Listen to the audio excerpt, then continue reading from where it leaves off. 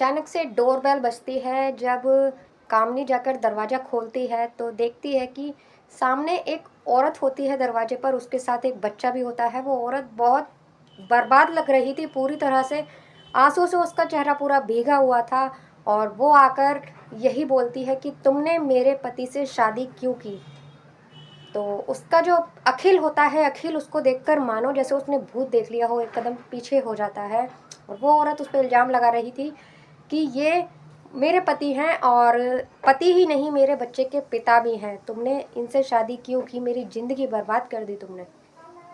दोस्तों, मैं गीता गुप्ता, स्वागत है आप लोगों का मेरी आज की एक नई सच्ची कहानी में। जय माता दी। और अगर आपको वीडियो अच्छी लगे तो प्लीज़ वीडियो को लाइक कर दीजिए और कमेंट कर कर बताइएगा कि आपको वीडियो कैसी लगी। और अगर चैनल पर नए हैं तो चैनल को भी सब्सक्राइब कर दीजिए, जिससे आपके पास नोटिफिकेशन पहुंच सके। दोस्तों, ये कहानी है शेर की। ये कहानी है जहाँ एक लड़का होता था अखिल नाम का, और एक लड़की होती है कामनी नाम की। पहली बार उस लड़के को वो कॉमेडी शो में देखती है, और वहाँ जब उसे देखती है तो वो लड़का उसे अच्छा लगता है। उससे वो बात करने लगती है। दिन पर दिन दोनों मिलने लगते हैं। अखिल बहुत ही शांत स्वभाव का होता है, जो कि कामनी को वो अच्छा लगता है। और उसका कोई भी सोशल मीडिया पे अकाउंट नहीं होता, और ना ही वो किसी से ज़्यादा फ़ोन पर बात करता है। ये बात उसकी कामनी को बहुत अच्छी लगती है, क्योंकि वो नहीं चाहती थी कि वो किसी से भी ज़्यादा फ़ोन पर बात करे या फिर सोशल मीडिया में हमेशा बिजी रहे। तो सब ठीक ठाक चलता रहता है। वो अपने माँ बाप से भी अखिल को मिलवाती है। एक दो मुलाकातों में ही अखिल उसके घर वालों को अपना बना लेता है, और दोनों 4 साल तक एक दूसरे से प्यार करते हैं, एक दूसरे के साथ घूमते फिरते हैं, डेट करते हैं एक दूसरे को 4 साल तक। 4 साल के बाद दोनों शादी कर लेते हैं, शादी करने का फैसला करते हैं और शादी भी कर लेते हैं लड़की के घर वालों की मंजूरी से। वो अपने घर वालों के बारे में बताता है कि जब वो 13 साल का था तो उसके घर वालों ने उसे उसके घर से निकाल दिया था। वो इसलिए घर से निकाल दिया था क्योंकि उसके माँ बाप गैर कानूनी काम करते थे, जो अखिल ने उनका साथ देने में मना कर दिया था। तो 13 साल की उम्र में उसके घर वालों ने उसे घर से निकाल दिया था। और जब से वो अकेले ही अपनी ज़िंदगी बिता रहा है, यही कॉमेडी शो में काम करता था।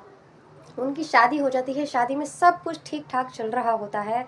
तो शादी करके दोनों साथ रह रहे होते हैं। एक दिन उसके घर की डोरबेल बजती है, तो वो दरवाज़ा खोलती है। दरवाज़ा खोलने के बाद में एक औरत होती है जो कि गांव से ताल्लुक़ रखती थी। वो आती है और उससे वो पास के मंदिर का पता पूछती है।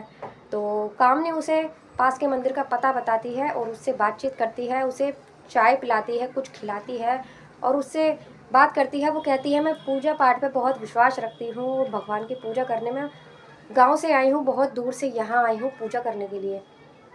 तो वो उसे अपने घर में बिठाती है। काफ़ी देर दोनों बातचीत करती है। बातचीत करने के बाद में वो महिला उससे चली जाती है।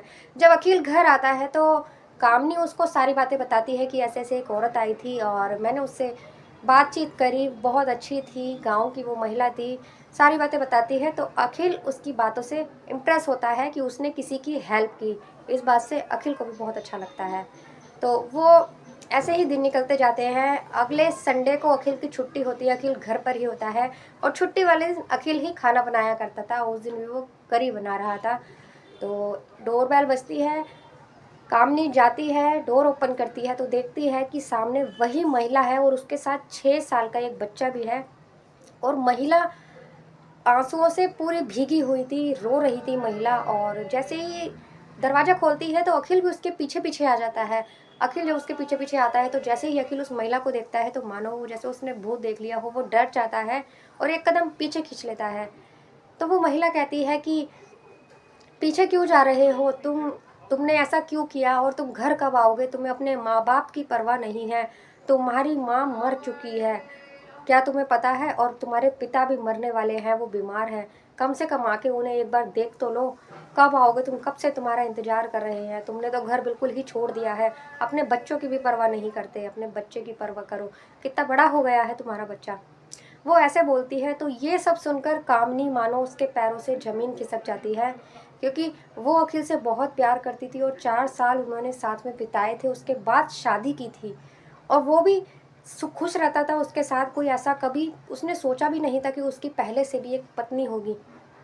वो उसको बोलती है कामनी को कि तुमने मेरे पति से शादी की है, वो मेरे पति हैं, तुमने मेरी ज़िंदगी बर्बाद कर दी है और अब इन्हें मेरे साथ जाना होगा। उससे कहती है तुम मेरे साथ चलो और अपने पिता की हालत देखो, तुम्हारे पिता की हालत क्या है, अपने परिवार तो देखो, इतने साल हो गए, गाँव चलो अब।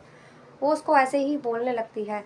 तो कामनी जब ये सब सुनती है तो अखिल को बोलती है कि तुमने इतना बड़ा धोखा मुझे दिया, कम से कम पहले बता देते कि तुम्हारी पत्नी है, अब मुझे तुम्हारे साथ एक पल भी नहीं रहना।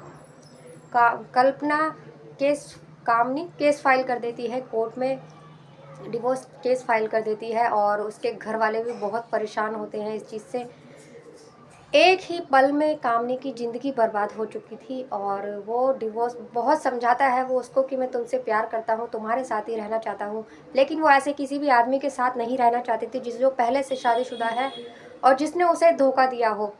उसने शादी के वक्त भी उसे इतना बड़ा धोखा दिया था, इसलिए वो उससे तलाक ले लेती है और अलग रहती है। लेकिन अखिल भी उसके साथ नहीं जाता है अपने परिवार के साथ और लेकिन कामनी साफ साफ मना कर देती है कि मुझे तुमसे कुछ नहीं चाहिए, लेकिन मैं तुम्हारे साथ एक पल नहीं रहना चाहती, अब तुम्हारे साथ कोई रिश्ता नहीं रखना चाहती। और ऐसे ये दोनों अलग हो जाते हैं।